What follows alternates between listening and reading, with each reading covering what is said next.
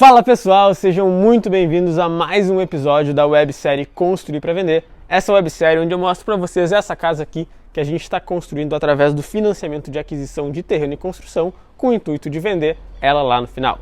Gente, a gente teve muito avanço nessa semana aqui na obra. A gente fez compras importantes como o pagamento das esquadrias de PVC dessa casa, que são aí um dos maiores custos que a gente tem numa casa de alto padrão. Então a gente tem bastante coisa para conversar no episódio de hoje.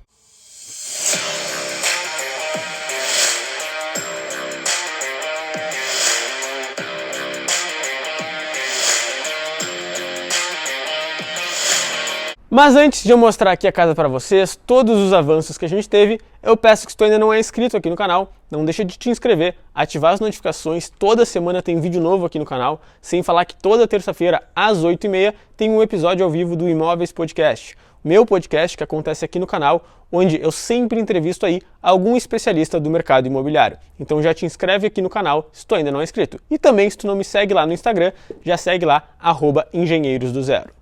Mas pessoal, vocês estão aqui para ver, é a nossa casa, é o avanço, é tudo que aconteceu nessas últimas semanas de obra, então vamos mostrar para vocês. Aqui a nossa fachada toda bonita, toda rebocada. Um ponto que é engraçado, gente, quando a gente constrói uma casa para vender, a gente sempre tem algumas dúvidas, algumas coisas que a gente pensa, pô, será que eu tomei a escolha correta? Só que esse projeto em si, a gente ficou muito tempo elaborando ele. É um projeto que tem tudo, sabe? 4 suítes, área gourmet, depósito, cozinha grande. Ele de fato é muito completo. A única coisa que quando esse projeto ficou finalizado, eu não tinha certeza se a gente tinha acertado, era na garagem. Eu achava que a garagem estava muito pequena, sabe? É uma garagem que ela tem de largura 5 metros. Mas é tranquilo, sabe? Ficou pronta, dá pra ver aqui que ficou boa. De fato, dava para ser um pouquinho maior, mas é aquilo, né? No projeto a gente tem que tomar escolhas e nem sempre aí tudo é como a gente quer. Pessoal, o que eu quero mostrar para vocês, o grande avanço aí que a gente teve nessa semana. Olha aqui essa nossa lareira. Vai ficar muito legal. É uma lareira que ela vai até lá em cima no pé direito duplo. Depois a gente vai revestir ela com aqueles porcelanatos que imitam concreto aparente. Então vai ficar muito bonito. Com certeza é algo que vai dar um charme muito bacana para casa e vai gerar muito valor agregado. A gente tem aqui então toda a parte de elétrica quase já concluída, lavabo, suíte térrea, ali nosso home office, cozinha, lavanderia ali atrás, depósito. Aqui fora a gente finalizando aqui a nossa churrasqueira. Olha que legal que ela ficou. A gente fez aquelas churrasqueiras em L, sabe? Fica mais espaçoso, fica mais legal. E aqui o fundo do nosso pátio cheio de madeira, porque não tem muito espaço aqui nesse terreno para guardar o restante do material, a gente tem que jogar aqui nos fundos. Mas vamos subir ali em cima, gente, porque ali em cima a gente já começou mais algumas etapas da obra que eu quero mostrar para vocês antes de falar aí sobre as esquadrias, sobre as compras que a gente fez aqui nessa semana. Ó, gente, aqui em cima a gente já começou a parte de emassamento. Então o que a gente faz toda a parte de emassamento, depois massa corrida, pintura, depois a gente faz o gesso e já começa a fazer a instalação do piso. E o incrível dessa parte de emassamento para quem vai construir uma casa é que nesse momento, cara, não importa quantas obras a gente faça, sempre que a gente chega nesse momento de fazer o emassamento, parece que os ambientes abrem, fica tudo muito maior. Essa suíte master mesmo, eu me impressionei, sabe? Entrei aqui nela, eu acabei não vindo nessa semana aqui na obra e realmente ficou gigante. Então ali tem o closet, aqui o banheiro da suíte master, ó, bem grande também. Aqui ainda não começamos a emassar. Se ele tá grande assim, imagina depois das paredes todas branquinhas. E olha a vista que vai ter aqui. De fato, gente, quando a gente fez essa casa, a gente colocou ela pelo valor de R$2.400.000. Mas agora que a gente está chegando mais para a fase final, eu estou achando que está até barato demais, sabe? É até de rever aí esse nosso valor.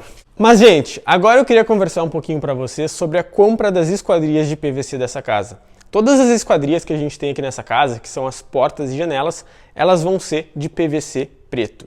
Então a gente efetuou a compra no início dessa semana e tem muita coisa para a gente falar. Quando a gente fala de esquadrias, pessoal, Tem muita gente que prefere de alumínio, tem muita gente que prefere de PVC. Aqui em Porto Alegre, mais especificamente nesse condomínio onde a gente está, o pessoal gosta muito de esquadrias de PVC. Então acaba que o PVC de alto padrão costuma ser mais caro do que o alumínio. Mas mesmo assim, a gente escolhe o PVC porque ele gera muito valor agregado. E dentro das esquadrias de PVC, ainda existe uma grande diferença entre esquadrias brancas e esquadrias pretas. As esquadrias pretas costumam ser 30% mais caras do que as esquadrias brancas. Isso porque as esquadrias brancas já são na cor natural, que elas são fabricadas, enquanto a outra precisa de fato ser pintada. Mas mesmo assim, a gente escolheu a esquadria de PVC preto porque foi a escolha do nosso projeto, né? Essa casa de fato ia ficar muito mais bonita com esquadrias de PVC preto. Então, falando um pouquinho, gente, sobre, de fato, essa nossa compra, o valor total das esquadrias de PVC dessa casa foi R$65 mil, sendo que nesse valor, as esquadrias que a gente colocou nessa porta de correr que a gente tem grande, a gente fez ela com uma tela mosqueteiro, então tu consegue fechar a esquadria, mas também deixar só aquela telinha para não entrar mosquito, mas mesmo assim entrar uma boa claridade, entrar também ventilação. A gente fez isso nessa esquadria e na esquadria da Suite Master.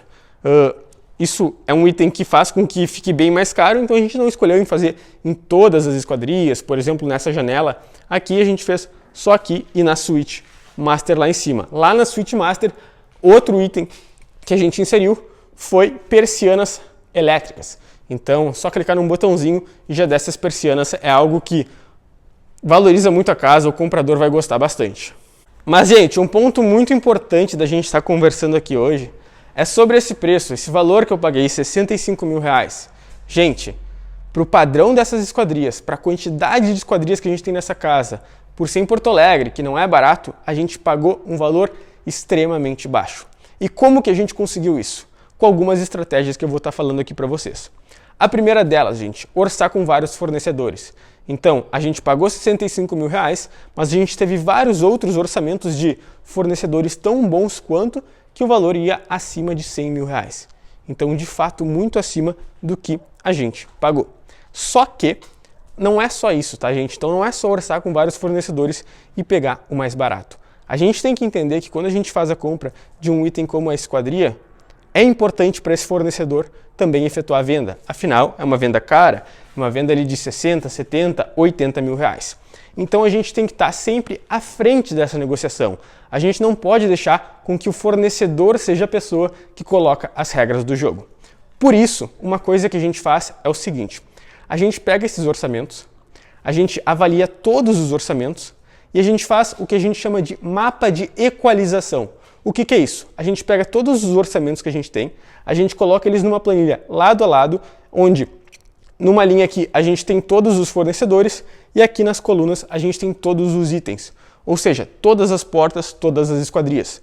Porque um ponto que acontece muito, gente, é a gente às vezes tem um fornecedor que ele nos dá o preço mais barato, mas ele tem itens dentro desse orçamento que são mais caros do que o outro. Ou seja, a gente não negocia com o nosso fornecedor o preço final. A gente negocia item a item. Ou seja, beleza, teu preço deu 70 mil reais. É o mais barato dentro dos fornecedores que eu tenho. Mas por que aquela janela ali da sala de estar, por exemplo, está mais cara do que a daquele fornecedor? Então a gente vai item a item, baixando cada valor, e isso diminui demais o custo total do nosso orçamento. Mas outro ponto que é fundamental, gente, é algo que eu sempre falo aqui, da importância de em uma obra a gente ter um bom fluxo de caixa. Ou seja, dinheiro ali para de fato a gente estar fazendo a negociação e tendo um maior poder de compra com os nossos fornecedores. Então aconteceu que esse fornecedor, onde a gente conseguiu esse menor valor, a gente conseguiu isso, mas a opção de pagamento dele não era das melhores. Então era uma entrada de 50% e o resto parcelado em 4 meses. Enquanto que haviam outros fornecedores, os quais a gente conseguia parcelar no cartão de crédito em 12, 15 vezes o valor dessas esquadrias. Mas a diferença de preço desse nosso fornecedor para outros fornecedores era muito grande. Então, como a gente conseguiu ter um bom fluxo de caixa, quem viu o episódio anterior viu que a gente estava com algum probleminha de fluxo de caixa, mas os investidores já injetaram um bom dinheiro aqui na nossa obra, a gente conseguiu utilizar esse dinheiro justamente para a compra das esquadrias. Então o valor total deu 65 mil reais, a gente já deu uma entrada de 32.500 reais e conseguiu garantir esse preço. Esse fornecedor mesmo, gente, o primeiro valor que a gente conseguiu dele foi de R$80 mil. A gente conseguiu baixar todo esse valor na negociação. E um ponto ali, que foi o grande finale dessa negociação, foi o seguinte: a gente fez o orçamento, primeiro um orçamento com todas as esquadrias, sem nenhuma delas ter persiana elétrica e tela mosqueteiro. E a gente solicitou um segundo orçamento com tela mosqueteiro em alguns itens e com persiana elétrica ali na Suite Master. A diferença desses dois orçamentos dava em torno de R$3 mil. Então era R$65 mil as esquadrias cruas e R$68 mil as esquadrias com esses itens. Chegou lá no final e a gente falou, beleza, a gente fecha com vocês, mas a gente só fecha se for R$65 mil com o mosqueteiro, com as persianas elétricas na Suite Master. Foram lá, falaram com o gerente, toda aquela coisa de negociação e no final a gente conseguiu por esse baita valor. Mas, gente, já que eu falei de dar uma boa entrada, de daqui a pouco pagar materiais à vista, é muito importante que eu dê aqui um aviso para vocês, tá? Só façam isso com fornecedores que vocês sabem que são de confiança. Então essa empresa de esquadrias que a gente efetuou a compra dessa casa é uma empresa que a gente já fez mais de 2 casas com eles. Então a gente sabe que eles são de confiança, são uma empresa muito grande, muito renomada, então não vai nos dar nenhum golpe, nenhum calote. Então isso é muito importante vocês cuidarem, porque, às vezes vai pegar uma empresa menorzinha, que ela vai te dar um baita desconto, mas daqui a pouco essa empresa quebra, acontece qualquer coisa e tu vai lá e perde um baita dinheiro. Então, muito cuidado com isso. E pessoal, mais um ponto que eu queria falar ainda nesse nosso episódio de hoje da websérie é em relação à taxa Selic. Nessa nossa última semana, a gente teve uma baixa na taxa Selic, que foi de 13,75 para 13,25, uma baixa de 0,5%. E por mais que não seja uma baixa tão alta, que vá diretamente já implicar na baixa da taxa de juros, isso é uma ótima notícia para o mercado imobiliário. A gente começou a entrar num ciclo de queda. Então a tendência natural é que agora a taxa Selic sempre vá baixando e com isso o mercado imobiliário aqueça de uma forma muito rápida. Então sempre quando a gente tem baixa de taxa Selic, a um longo prazo, um médio longo prazo, as taxas de juros dos financiamentos começam a baixar, mais gente começa a pegar financiamentos imobiliários e mais o mercado imobiliário como um todo começa a aquecer. Então, para nós que em poucos meses vamos estar finalizando essa casa e já vamos querer vender ela o quanto antes, afinal o maior risco de construir para vender é a liquidez, é o tempo que vai demorar para vender essa casa, é uma ótima notícia, porque é um sinal que o mercado imobiliário está voltando a aquecer, quem está com imóveis à venda vai conseguir facilmente efetuar essa venda dessas casas, desses imóveis, desses terrenos. Tá bom, gente? Por hoje era isso. Eu espero que vocês tenham gostado do nosso episódio da websérie. Se tiverem sugestões, coloquem aqui nos comentários e a gente se vê novamente na semana que vem, no próximo episódio. Por fim, não deixem de se inscrever no canal e ativar as notificações. Obrigado pela atenção e até a próxima.